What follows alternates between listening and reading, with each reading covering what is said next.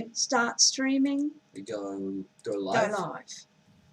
Start streaming.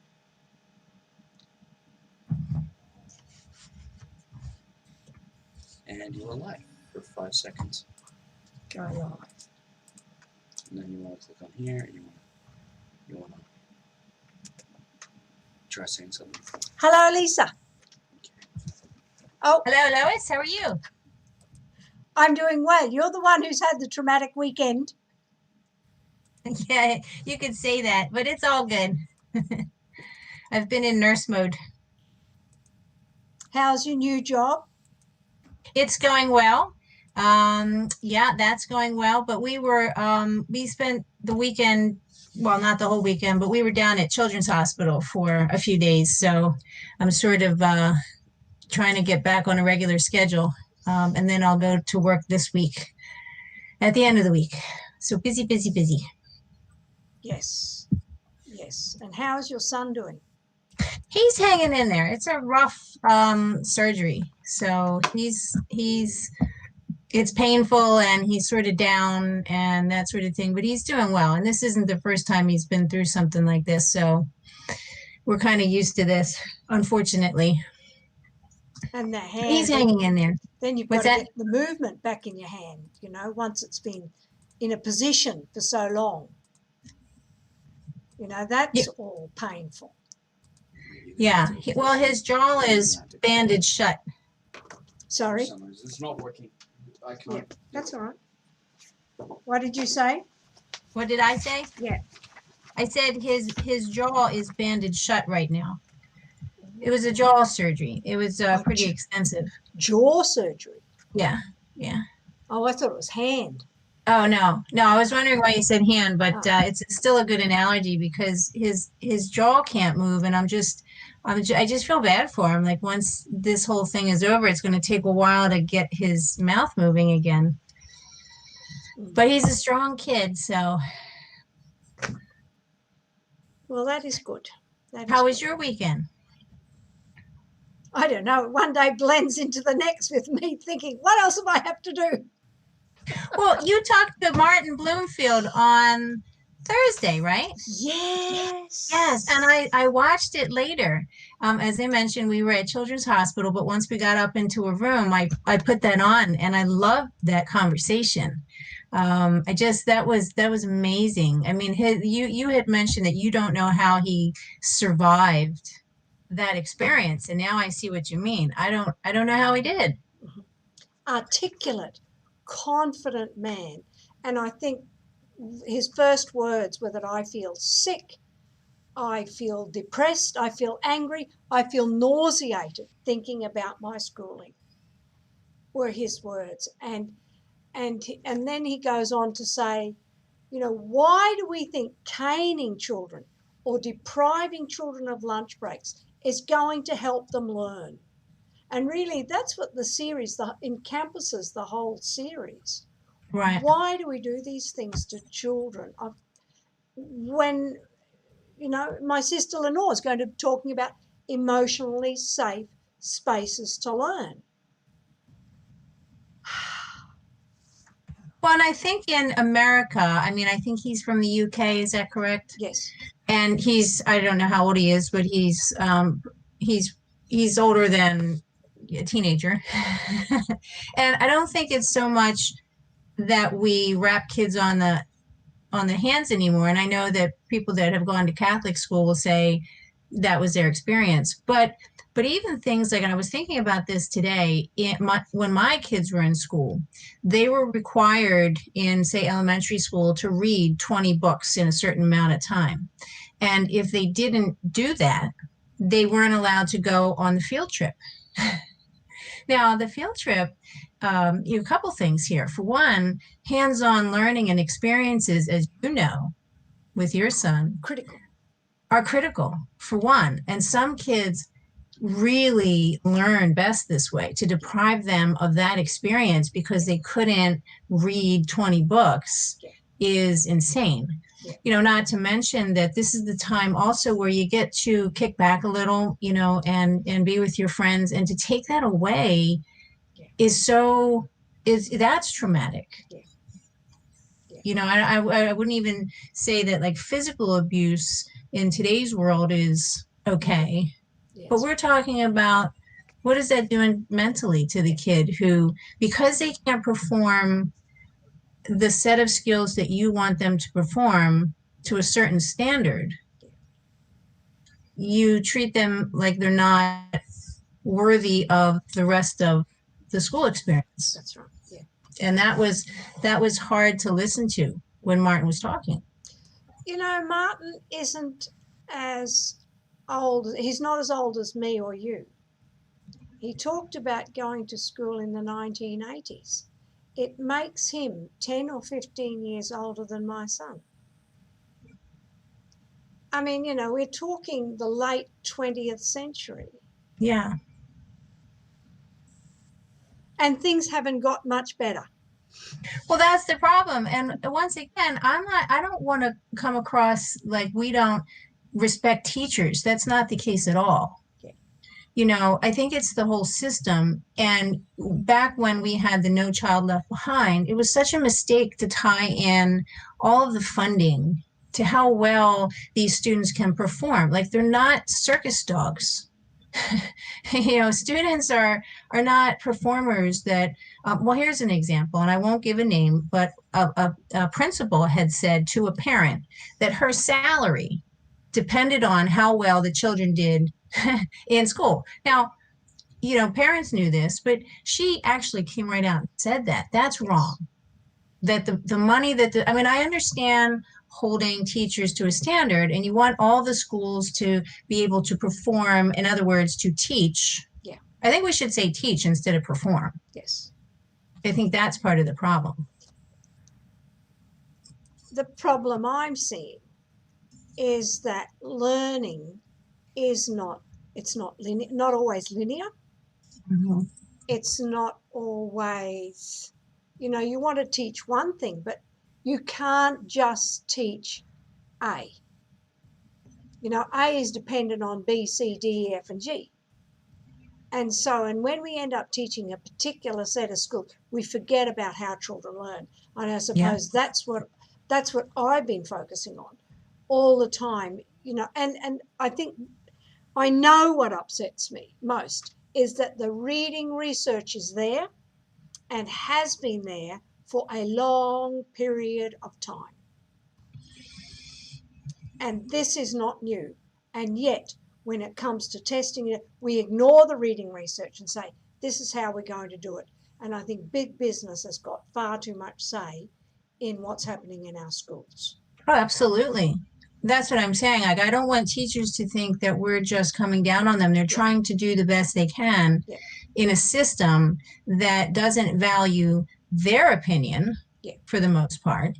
And everybody's salaries are tied into how well they're performing, as opposed to teaching and enriching children's lives the way they want to do. You know, the teachers, they get into this business because they want to make a difference. And very quickly they understand that their hands, I've heard my hands are tied so many times, you know, from teachers that I think it's time that we untie everybody's hands and throw them up and say, we're not doing it this way anymore. And you're right. The reading research has been around for a long time. And it was so sad.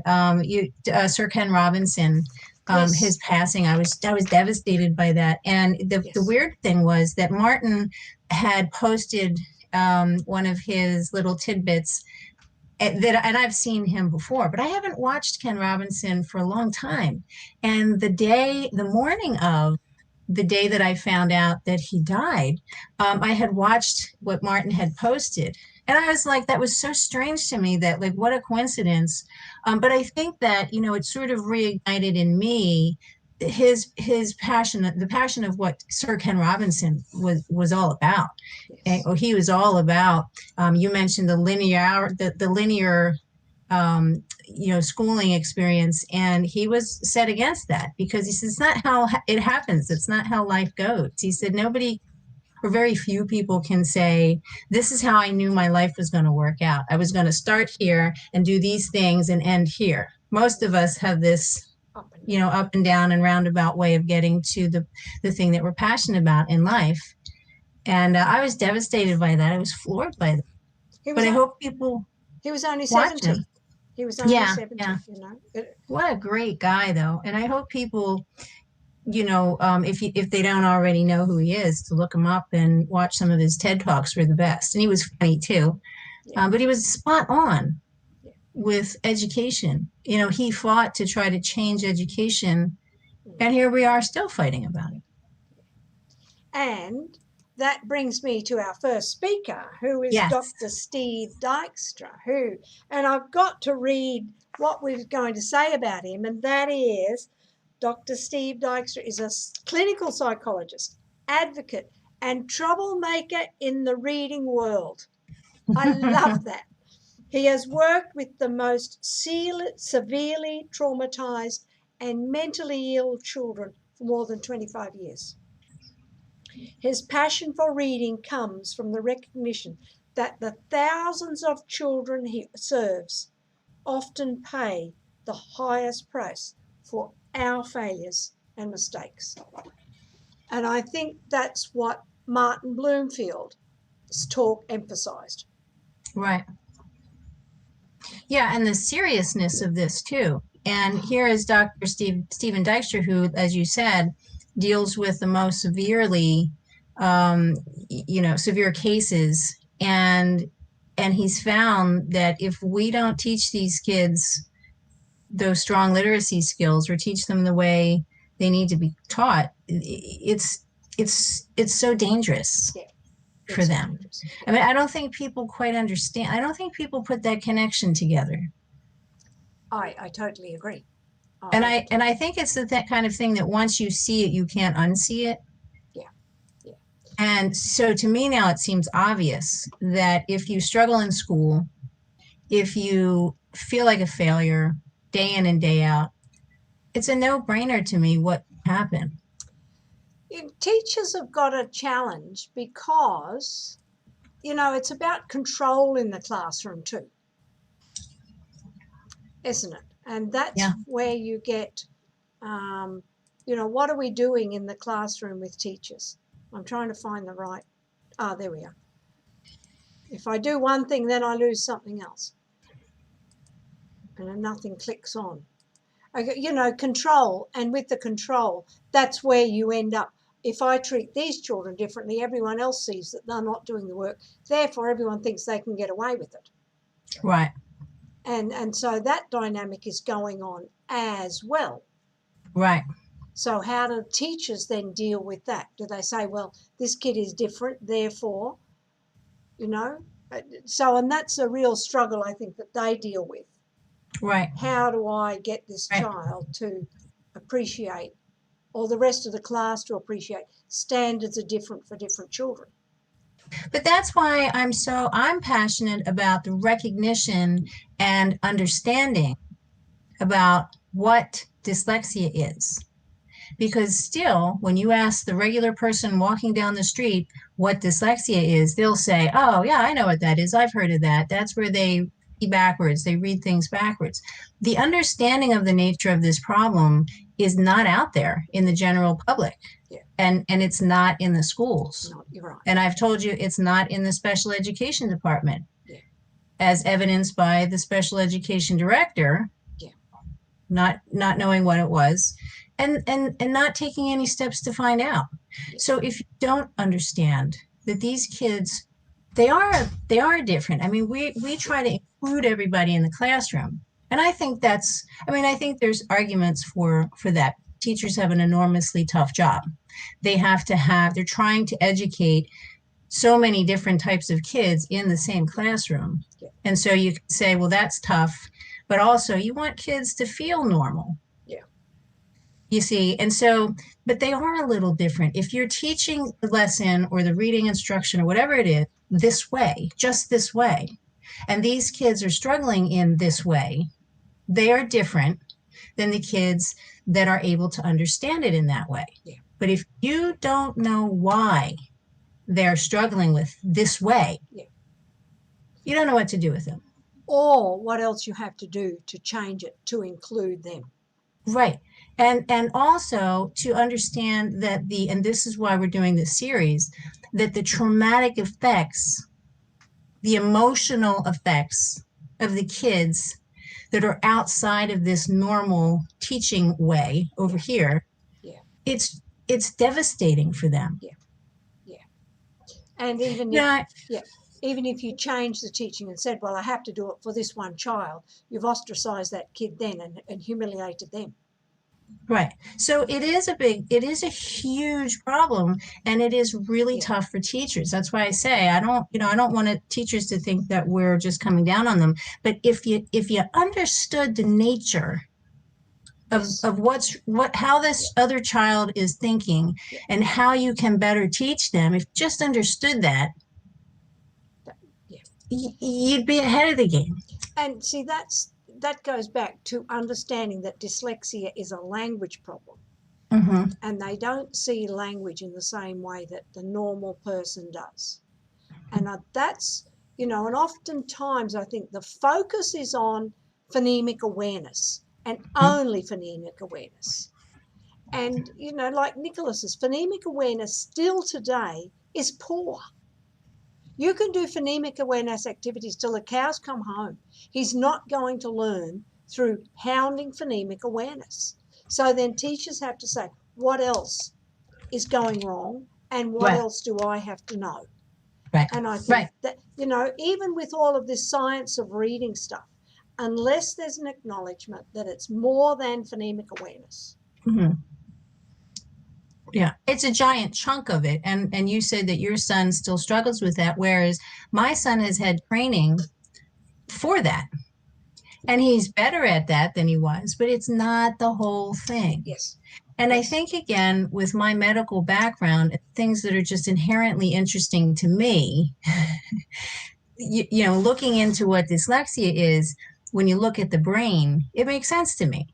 Yeah. Now, I would think that teachers who are in their field probably aren't necessarily as interested in anatomy and physiology. I'm just saying, like, I think if you're a teacher, your focus is over here. Yes. But to understand dyslexia from this physiological perspective is helpful. Yes. Because then you know that, yeah, phonemic awareness does need to be worked on. It is a giant piece of this, but it is not the only piece of this. Right. So I'm afraid that, and I'm glad for the science of reading. I like that catchy term, but I just hope we don't take that, and as you've said, box it in and put it into a little into a reading program. And wash our hands with it. There, we taught phonemic awareness. We're done, because it is much more than that. And how helpful for the kids to understand themselves what the nature of the problem is. Yes. For their self-esteem, Yes. so they can say, I'm not dumb. Yeah. I'm not that different. And there's other people that are learning the same way as me. That's huge for kids. And we don't do that. We see the kid who's acting surly.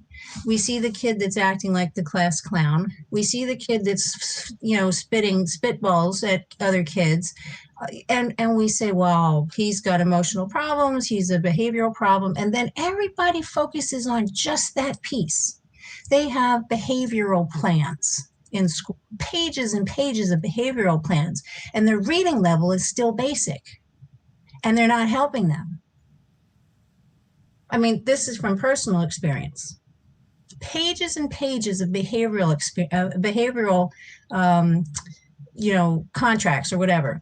The kid has to act this way, or whatever. And the kid is still a basic reader. He's not keeping up in the classroom. They're terrified. You spoke to Martin. He was nauseated. As an adult. Adult.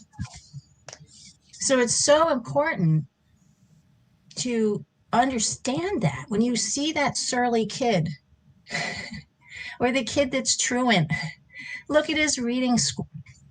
And there's other reasons, of course, that kids could have some of these problems, but we've got to look at that piece of it. Are they keeping up in the class? Or, as my middle son, I mentioned, he had tricks that he could get around so that his scores didn't look so bad, but there were other issues. Look at the kids' writing. Look at their spelling. understand what the nature of this is, look at all of this and say, hey, could it be that this kid is this type of thinker? Yeah. And then, even kids that did pretty well in school as adults, they still harbor those feelings of they weren't good enough. They didn't measure up enough. And I told the story of the woman who in her adult years said, oh my gosh, I thought I was the dumb one. All this time, she had to feel like she was the dumb one. How unnecessary was that? She's clearly not the dumb one, but that's how she felt in school.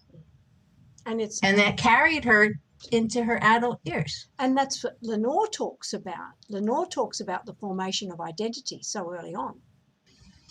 And right. that's what we're dealing with. And even the books we read then comes into that. What are we right. exposing our children to? Yeah. And that, I've got to do a paper. I'm with Dr. Doreen Myron, I think her name is. And we're talking about the books we use with early readers and how that hinders and helps development and causes children to think or be alienated. Mm-hmm. Be alienated. And what we forget about reading is about making connections. Right. Connections on numerous levels that normal children make those jumps instantly. Right. They make them so quickly we don't even see them happening. And that's the problem. Well, here's an interesting, because you've talked about that before, and I love that, because when my son was first in a reading program, the books that they would send home for him to read, as though we didn't have a million books already, were horrendous. And I used to read these and think, who wrote these? Like, yes. These are horrible. They're boring. They're boring. Yeah. And so, as you said, kids who aren't dyslexic, they pick these things up easily. Then they're sort of free to go read whatever they want, anything that's interesting to them. But our kids are stuck with these boring, repetitive. So how are we engaging them? Really, with these, I showed you the books a few weeks ago. They're horrible. They're right here. They're in the big bag of disgusting books that I have. I think I was supposed to return these. So if the school district is watching, sorry, I still have them. But they're trash, so it doesn't matter. They're so boring. And so, our kids are already struggling to read. They hate reading because it's hard. Now you hand them these books that are just it's, that's not going to make them want to read more. Which brings up another problem. The time that teachers have to plan for these children, they really want cookie cutter plans. They want cookie cutter children with cookie cutter plans. They don't necessarily want, how can we individualize this? Well, they don't have time. That goes back to the system. Yeah. But then that also ties into the awareness of what dyslexia is. Yes. Know what it is on the very basic level. And then you can understand why it's so important that you're not just expecting a cookie cutter program to quickly work with these kids in this sort of fashion. It doesn't work like that. What the words we'll have to get is be curious about the learner. Oh, I like that. I think you just said something there, Lois. Write that down. Be curious about the learner. Yeah. But look, maybe because I've been studying dyslexia for a little while now, and because I do have a medical background and a biology background, I don't think it's that difficult to understand it. And it is so helpful. And it explains so much. It explains what you see the kid struggling with. It explains when you see that the kid is able to do something else. You can see why they're able to do this and not that. And then you tailor, as you're saying, make the instruction based on what the child, is experienced, what the child can do. But I think it's not that hard to understand dyslexia once you really start to study it. And I think that's what we need. I think the teachers need to know this, not to put more on their plate, but to make it easier for them. Yeah.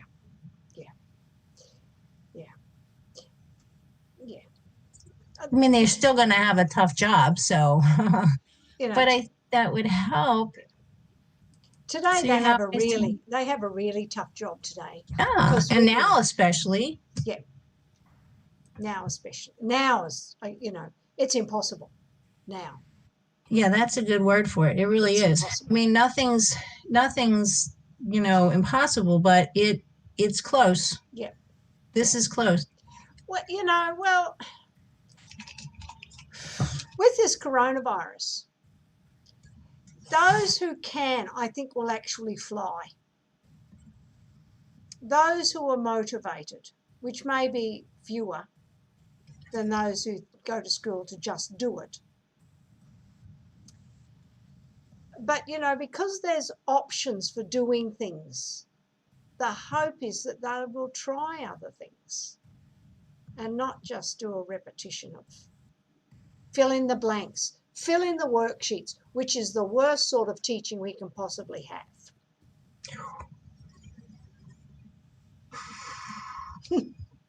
I was just having flashbacks as you said that. A name and a face came right to mind, but I'm not going to tell. I don't want to get in trouble, but wow, that's spot on. Yeah, so maybe the coronavirus in a way will get us to that next place. Maybe Sir Ken Robinson, this was his passion. Where's the creativity in our schools? Yeah. We kill it. Yeah. Maybe now the coronavirus has really made us push the giant pause button on life. Yeah. And rethink so many things. Yeah. Maybe this is the thing that will help our education system. We're going to have to think outside the box. We're going to have to rethink how we're doing this, because the old way isn't going to work. And as Steve Dykstra says, same as Martin, that the children who he serves pay the highest price for our failures and mistakes. When we're demanding that children go to school, we must also demand that they learn to read and not come out of it in a traumatic fashion. Right. Not be and that's happening to Steve Dykstra's children, clients. It happened to your son. It happened to my son. Yeah. And millions of others. And millions across of others. The world. Yeah. Yeah. And I'm going to be writing blog posts. I've got a blog post from Elizabeth in London. I've got Lenore's. I've got a few things coming up for people to watch out for. The implications. And I think what we want to get out of this is not just the implication of the children don't or do not learn to read or learn to read. It's the implications when they don't learn to read are lifelong. That's really the goal. What, again, our first speaker, Dr. Stephen Dykstra, he's seen it up close and personal, in the trenches, if you will. Yeah. And Lenore as well, and myself. Yes. This has been important in my career. Yes. And also as a parent. Yes. Yes. And even, Nicholas, now we've got to so far. Then are we going to hit a brick wall? What's going to happen next? Yeah. Well, I think that this is, get the information, just keep pushing the information out there so parents, teachers, individuals can understand this whole thing. Yes. And so people don't have to feel like idiots and dummies and be put in the dummy math. That's what the kids call it, or the dummy reading class. They're not dumb. They're not dumb. They're not. Well, we've moved on from the 1950s where they used to put the dunce's hat on the child, which, is just humiliating. And with, as Elizabeth said, she grew up in pointing at them and saying, "You're dumb, you're dumb." I mean, again, like that's going to help the child read. But that still happens. Even though you don't it still point happens. it out. Yes. So. You know, and the kids again with the field trips and the things that you take away, and we want kids to learn. Yeah. And it's important for schools to perform, but we've got to think about that. Yeah. What are we doing to the child? What message are you sending? Yeah. When they can't. Yeah. Yeah. So I'm really excited. Dr. Stephen Dykstra, he's up first. Yes. I'm really excited about this because I want people to know, and I want this to get fixed.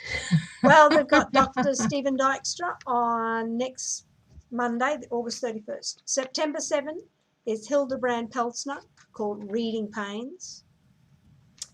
September 14th is Rosalind Kiri Nartley, Going Through Life with Learning Difficulties.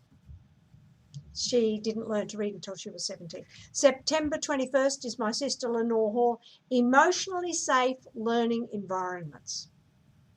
She's awesome. I love your sister. Talking about the brain as and fight and flight. Don Wynne, author. Learning to read is not enough for dyslexics. That's interesting. He's just written a book on dyslexia too. Martin Bloomfield, When Equity of Opportunity became an opportunity for equity. I've changed that. Ashley Roberts, the mother in Houston, The Cost of Delaying Diagnosis. That's a good one. October 19th, Raja Mahaba, What to Do When Learning is Trauma. Her story is amazing. Yes, I've got to write an article with her, and I was thinking of it today. We've written something, but when you write, the first draft is always not good. So then I've got to do a lot of thinking to how do I change it. Then on October 26th is Colleen Torongo, The Importance of Advocacy to Avoid Trauma in Education. And finally, Dr. Neil Alexander Passay, Personal and Career Growth Following Trauma. I love it. I love it. A couple of these people have got books. I wonder if we should do something about that. Well, sure. Let's have people know what they are. I have Dr. Alexander Passay's book, Dyslexia and Mental Health. Oh, right. And yeah. I'll have to read that. Yeah. And I think we should definitely let people know what resources are out there. These are experts in this field who have a passion and a real good understanding of this subject matter. Yes. I'm asking people to register just so we have an idea, and so also I can send out emails to those people to remind them. Either if you don't watch live, because we've got different time zones around the world, watch live or go and watch the replay on YouTube. So it'll be, under my name or your name, and just click it on YouTube and it'll come up. So, sounds good. And so then we'll always be, so we can check out the resources.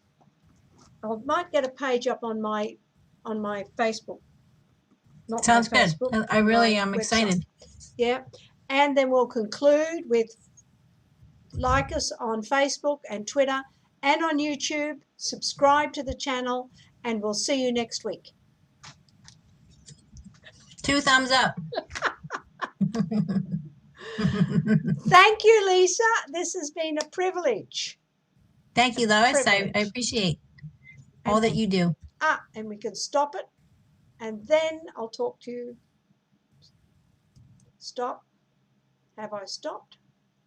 And I've got to edit this. End stream. End. And I've got to go here.